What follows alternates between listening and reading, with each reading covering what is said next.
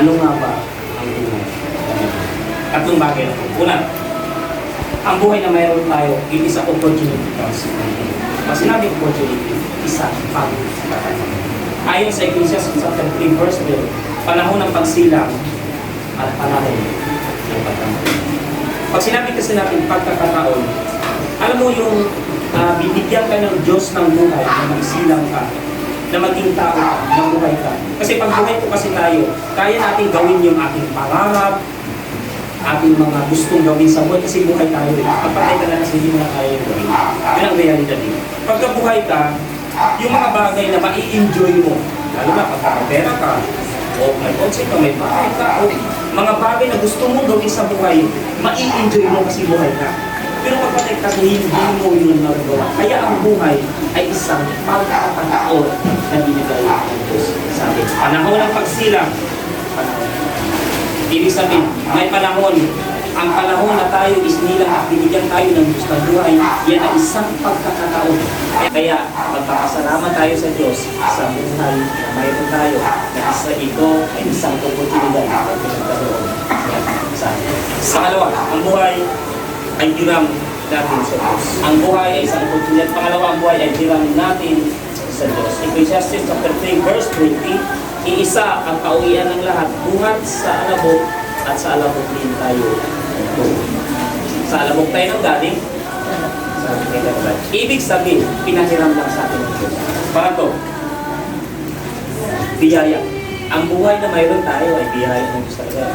Ayon sa Ecclesiastes chapter 3 verse 10, naisip ko na walang pinakamabuting gawin ang tao, kundi magsaya at gumawa ng mabuting habang.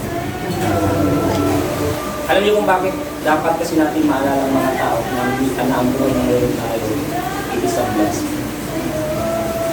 Pagkakataon, una, oportunidad at biyaya ng Diyos. Anong dapat gawin? Kasaya, may enjoy, huwag kalimutan ng Diyos. Kasi tayo yung babalik sa araw. At ako po'y nagkapasalamat sa inyo sa pagkakataon yung pinagkalog nyo sa akin. Sumasatin ko lang. Lapakan po natin ang Diyos. So ngayon,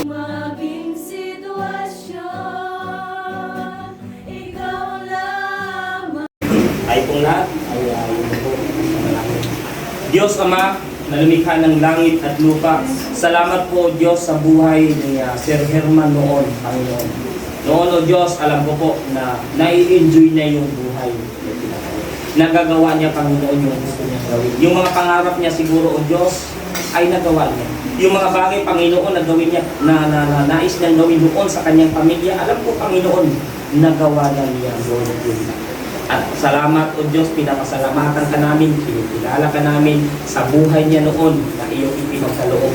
Yun o Diyos ay biyaya mo sa kanyang alam. Sa mga oras na ito, Panginoon, wala kaming magawa. Sa alabok kami nang galing, sa alabok din ang Diyos. At naniniwala ako o Diyos, na ngayon sa mga panahon na ito, ang hiram niyang buhay ay kinuha mo na o Diyos. Pero siya ngayon o Diyos ay nasa iyong piling, Panginoon. Siya po, Panginoon, ay nasa iyong presensya, mapayapa, Panginoon. At aking hinihiling din, Panginoon, sa mga oras na ito, sa pamilya, Panginoon, na nandito, na, o Diyos, nalulungkot, nasasaktan, na doon, Lord, yung pagdadalamhati.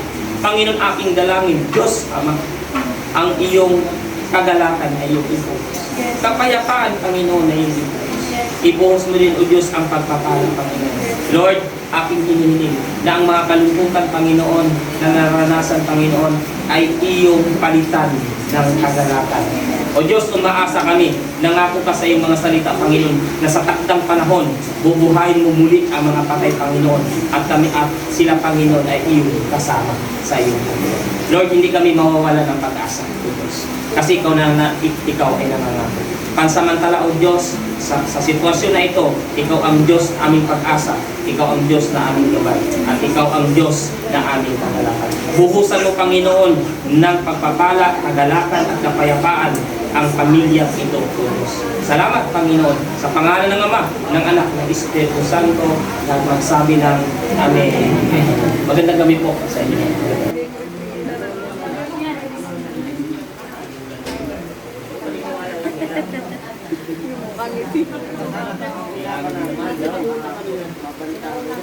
Mas yung lola ko